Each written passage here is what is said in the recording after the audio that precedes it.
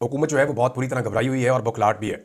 और इसमें हुकूमत करेगी क्या? देखें, ये हुकूमत जब भी आई है गुज़िश्ता 2.5 सालों में, ये अवामी मैंडेट के खिलाफ आई है। जब इन्होंने रजीम चेंज ऑपरेशन किया था अप्रैल 2022 में, तो तब भी ये घबराए हुए थे। इन्होंने हुकूमत तो बना ली थी, लेकिन एहतजाज की सूरत में, किसी भी अवामी तहरीक की सूरत में ये डरे और घबराए हुए रहते हैं।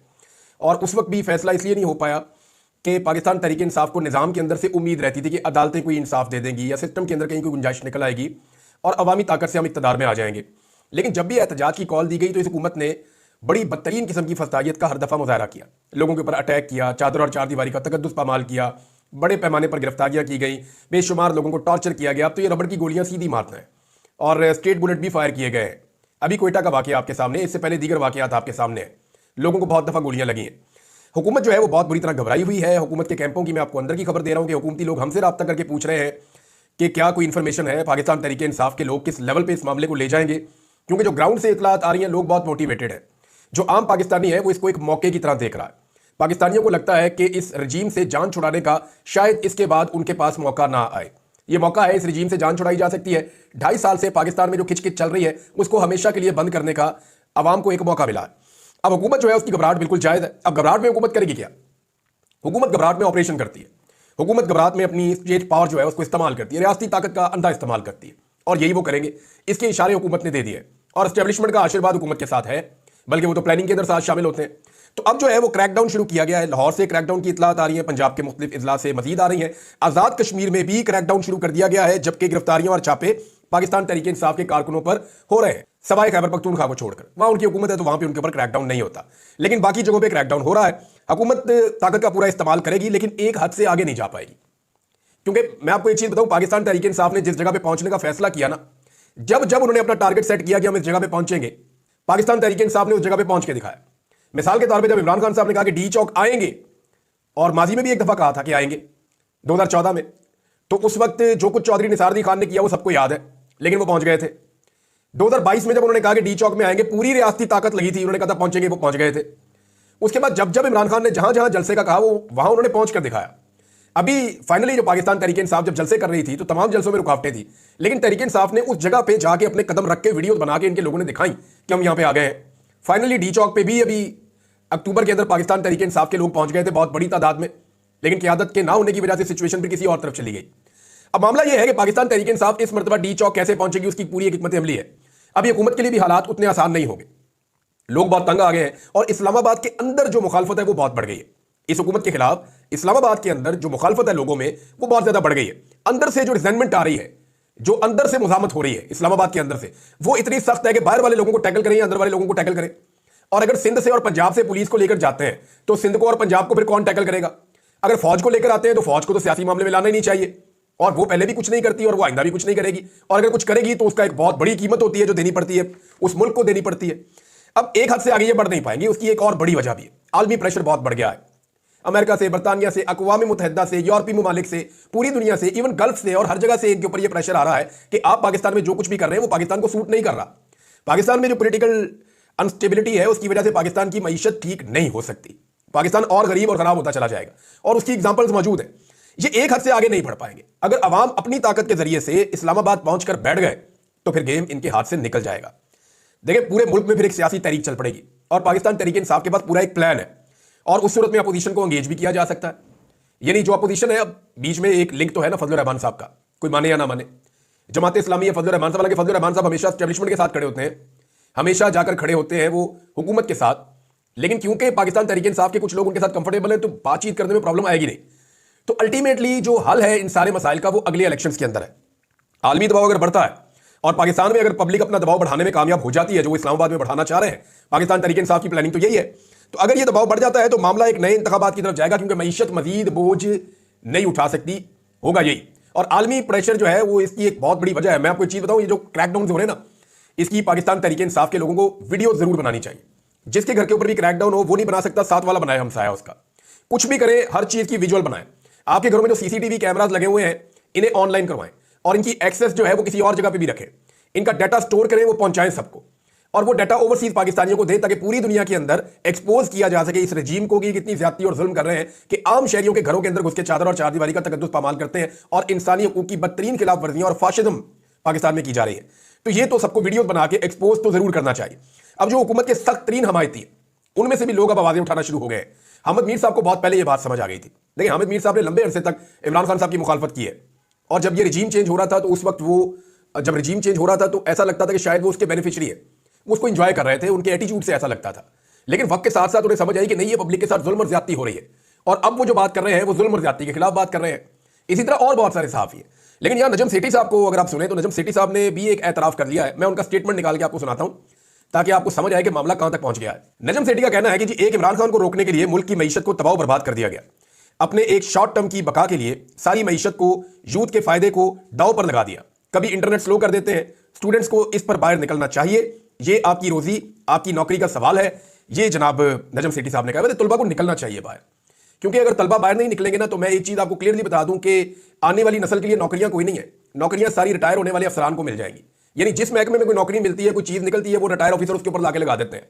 पाकिस्तान ऐसा लगता है कि सारा का सारा एक महकमे ने चलाना है या एक इदारे ने चलाना है। क्या दूसरे इदारों में कैपेसिटी नहीं है, या काबिलियत नहीं है, या उन पर एतबार नहीं है, या बाकी सारे गद्दार हैं, बाकी सारे जो है वो मुल्क से प्यार नहीं करते? क्या कोई और इस मुल्क का खैर ख्वाह नहीं है? क्या किसी और के पास दिमाग नहीं है, किसी और के पास नॉलेज नहीं है? क्या किसी और के पास स्किल नहीं है कि मुल्क को ठीक कर सके? बड़े बड़े ओहदों के ऊपर, बड़े बड़े इदारों के ऊपर लाके जो है वो रिटायर फौजी अफसरान को, अब तो हाजिर ड्यूटी का भी एक ट्रेंड चल पड़ा है कि उनको लाकर लगा दिया जाए।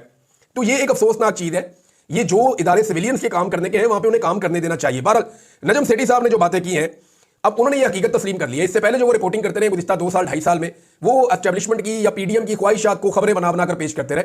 उनकी बहुत सारी खबरें बाउंस भी हुई। मुझे ऐसा लगता है कि नजम सेठी साहब ने या तो कहीं गैर मुल्की दौरा किया है जहां उन्हें जाके हकीकत का आइडिया हुआ, या नजम सेठी साहब ने, मेरे ख्याल में उनके कुछ चाहने वालों ने या जानने वालों ने उन्हें समझाया कि भी हकीकत तस्लीम कर लें, इसी में भी आपकी भलाई और पाकिस्तान की भलाई भी इसी में। काश सुहेल बड़ाइच साहब भी जो है वो हकीकत तस्लीम कर लें, क्योंकि उनका स्टेटमेंट बहुत ही मुझे अजीब लगा। यानी वो अब एक और स्टेटमेंट दे रहे हैं कि कानूनी रास्ता है जो इख्तियार किया गया है ओवरसीज पाकिस्तानियों को काबू करने के लिए।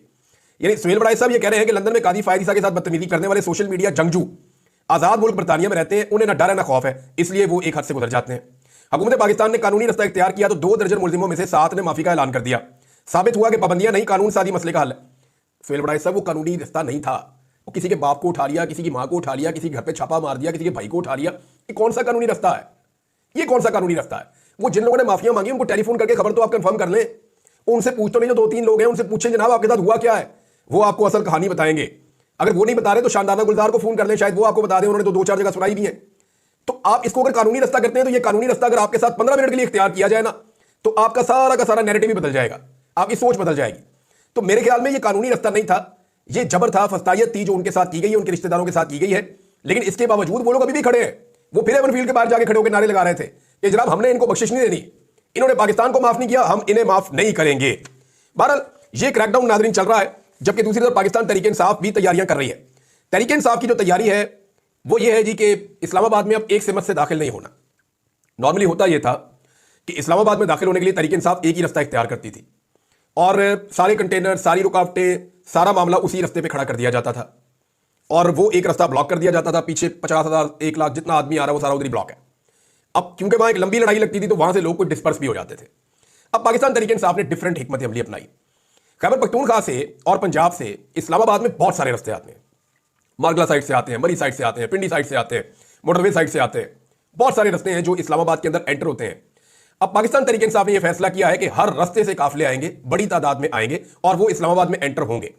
अब अगर एक जगह पे लगाया जाता था 2000 पुलिस वालों को, तो इन 2000 पुलिस वालों को फिर 10 जगह पे लगाना पड़ेगा। यानी हर जगह पे पुलिस की स्ट्रेंथ कम होगी, बहुत ज्यादा ताकत चाहिए होगी, बहुत ज्यादा जोर लगाना पड़ेगा। अगर एक जगह से लोग दाखिल होंगे तो दूसरा रास्ता ऑटोमेटिकली खुल जाएगा, या लोग उस रास्ते को ज्यादा अडॉप्ट कर लेंगे। तो इस्लामाबाद में दाखिले का प्लान तो पाकिस्तान तहरीक इंसाफ का रिपोर्ट हुआ है, कुछ मीडिया के ऊपर भी हो गया, इसलिए मैंने आपको बता दिया कि एक्चुअली ये क्या करने जा रहे हैं। बुशरा बीबी ने एक पैगाम इमरान खान साहब का पहुंचाया पाकिस्तानी अवाम को, और खासतौर पर पाकिस्तान तहरीक इंसाफ को, और इसको जो है वो अदर बशवानी साहब ने अपने ऑफिशियल ट्विटर से भी डाला हुआ है। तो ये उनकी सोशल मीडिया टीम के हेड है, one of the main members.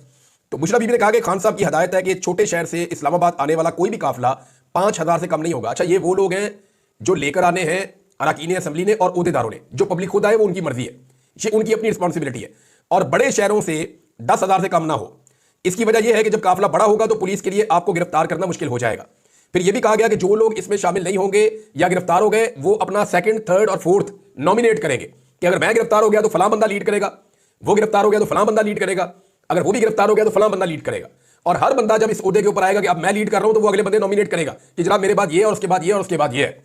तो इस तरीके से इन काफिलों ने पहुंचना है इस्लामाबाद। बुशरा बीबी हिकमत अमली बता रही है और मीडिया पाकिस्तान का जो है धड़ाधड़ खबरें चला रहा है, तो इमरान खान को खोल दें, वो अपनी सियासत खुद ही कर लेगा। और ना इमरान खान ने बुशरा बीबी को मखसूस नशिस्त पे एमएनए बनाना है, ना उन्होंने अपनी बहनों को सेनेटर या एमएनए बनाना है, ना उन्होंने इनको कभी कोई ओहदे देने हैं। अब जरदारी की बहन जो है वो वज़ीर आला सिंध बनना चाहती हैं, खबरें इस हवाले से आ रही हैं और उनके लिए रास्ता बनाया भी जा रहा है। दूसरी जानिब नवाज शरीफ ने अपने एक भाई को वज़ीर आज़म बनाया है, बेटी को वज़ीर आला बना दिया है, भतीजे को भी बना दिया था वज़ीर आला, खुद भी वज़ीर आज़म 3 दफा रहा, बाकी रिश्तेदार भी सारे कपाए हुए। तो इमरान खान ने क्लियरली कहा कि मेरी फैमिली का कोई ताल्लुक सियासत से नहीं है, ये सिर्फ पैगाम रसानी कर रहे हैं और ये मामला आकर बता रहे हैं। और हर बीवी को पूरा हक है कि वो अपने खावन की आज़ादी के लिए तहरीक चलाए। तो बुशरा बीबी अगर ये तहरीक चलाती हैं तो इट्स गुड, उन्हें ये तहरीक चलानी चाहिए, क्योंकि आपको याद है कुलसूम नवाज का कोई ताल्लुक नहीं था नवाज शरीफ की सियासत से, वो अपने आप को हमेशा उन्होंने गैर सियासी रखा। लेकिन जब नवाज शरीफ साहब के ऊपर बहुत बुरा वक्त आया तो कुलसूम नवाज शरीफ ने निकल के उस वक्त तहरीक चलाई थी, क्योंकि नवाज शरीफ साहब अंदर थे, वो बाहर थी, पार्टी की क़यादत बिखरी हुई थी, तो उन्होंने निकल के तहरीक चला दी थी। अब फजलुर रहमान साहब के हवाले से मैंने आपको एक बात बताई थी, तो फजलुर रहमान साहब की अगर आप स्टेटमेंट देखें तो आपको आइडिया हो जाएगा। उन्होंने कहा जी अवाम कर्ब से गुजर रही है और खैबर पख्तूनख्वा हुकूमत की सारी तवज्जो सियासत पर है। अब फजलुर रहमान साहब को इस बात का आइडिया तो है ना, इन्हें यह पता ना हो, ये नहीं हो सकता कि सिर्फ पंजाब एक ऐसा सूबा है जिसकी कारकर्दगी सबसे खराब है मईशत में और वही खसारे में गए हैं, बाकी सारे के सारे जो है वो मुनाफे में गए हैं, सरप्लस में गए। बजाय इसके कि वो खैबर पख्तूनख्वा को शाबाश देते या मरियम नवाज से पूछते कि तुमने ये क्या किया, वो फिर अली अमीन के ऊपर चढ़ाई कर रहे हैं। देखिए मैंने आपको कई दफा ये बात बताई कि फजलुर रहमान साहब एस्टेब्लिशमेंट के साथ और स्टेटस को के साथ कंफर्टेबल रहते हैं। वो ये मजबूर तो हो गए अवामी राय के सामने घुटने टेकने के लिए कि जी पब्लिक इतनी खराब हो गई कि मैं इनके साथ कैसे खड़ा हो जाऊं। वो इस डर से पीडीएम के साथ नहीं खड़े होते ऑन कैमरा कि लोग मेरे खिलाफ हो जाएंगे, अंदर से वो अभी भी उनके साथ ही खड़े हैं। इस वक्त ये स्टेटमेंट देने का मतलब ये है कि जो जुल्म, फस्तायत और जबर चल रहा है, जो 2 नंबर हुकूमत चल रही है, इमरान खान तो निकले, जो जुल्म हुआ आईनी तरमीम और उसके बाद जो कानून साजियां की गई, जो सुप्रीम कोर्ट के साथ इन्होंने दुर्गत बनाई है। अब फजलुर रहमान साहब अपने मुंह से मानते हैं कि हमारे साथ किए हुए वादे तोड़ दिए गए और सुप्रीम कोर्ट का जो स्ट्रक्चर है ये हमारी मर्जी के मुताबिक नहीं है, खुद कहते हैं ये गलत हो गया। अब इमरान खान उस गलत के खिलाफ जब निकलता है तो कहते हैं जी ना निकलो।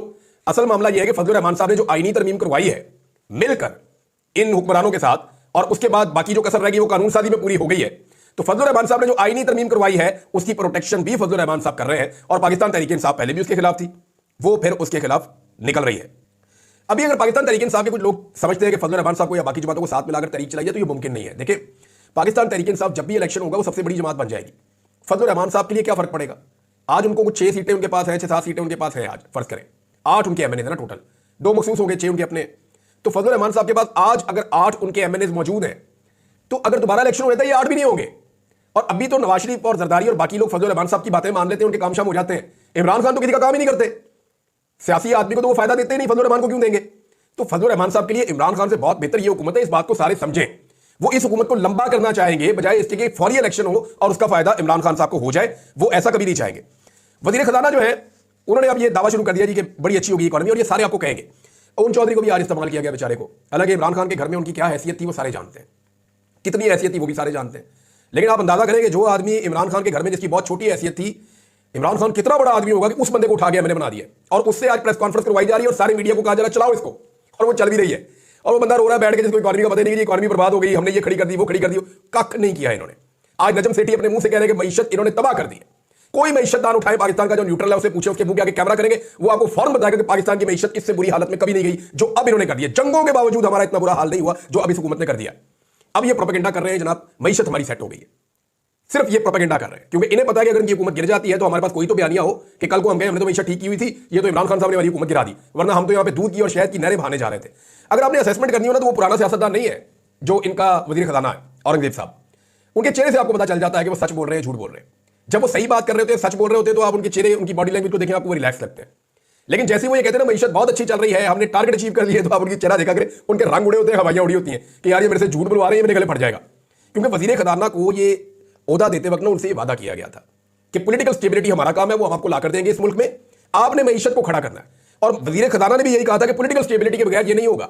अब हुआ ये है कि अपना वादा पूरा कर नहीं पा रहे, लेकिन वजीर खजाना के ऊपर दबाव डाला हुआ है कि नहीं आप बोलेंगे बहुत अच्छा चल रहा है। अब वो बेचारे झूठ बोलते हैं तो उनके चेहरे और बॉडी लैंग्वेज के ऊपर पता चल जाता है कि जनाब इनसे जबरदस्ती झूठ बुलवाया जा रहा है। तो अब सिचुएशन ये है कि हुकूमत रोकना चाहती है, अवाम आना चाहती है। मामला जो है वो थोड़े दिनों का रह गया है, दोनों तरफ से सख्त कोशिश हो रही है। आगे बढ़ते हैं, नेक्स्ट वीलॉग में कुछ चीजें और शेयर करता हूं। अब तक के लिए इतने, अपना ख्याल रखिएगा, अपने चैनल का भी। अल्लाह हाफिज़।